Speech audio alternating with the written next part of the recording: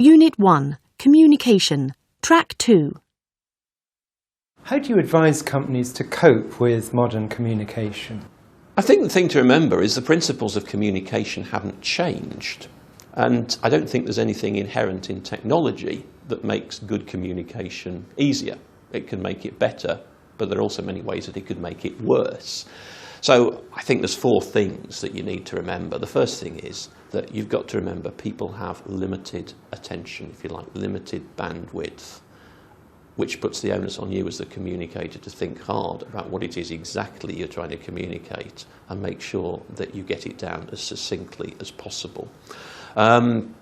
Second point is recognise that communication is about meaning. It's not about dumping vast amounts of data on people and expecting them to deal with something. Now, I went to a presentation once. Someone started off. He said, well, I've got 41 slides here, but I think I'll get through them all in 30 minutes.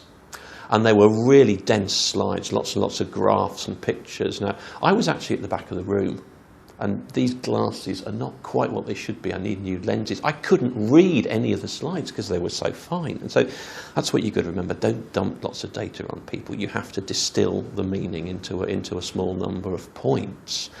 The third point about communication is it's just as much about listening as it is about telling things. And the biggest communication problems I come across in organisations are actually failures of listening rather than failures of outward communication, particularly the inability or unwillingness of senior management to listen to what other people are actually telling them.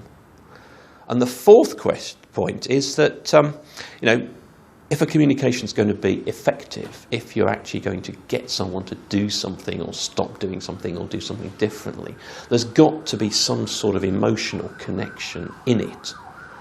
And so if you think about all those 4 points, there's no obvious reason why technology would make any of those easier.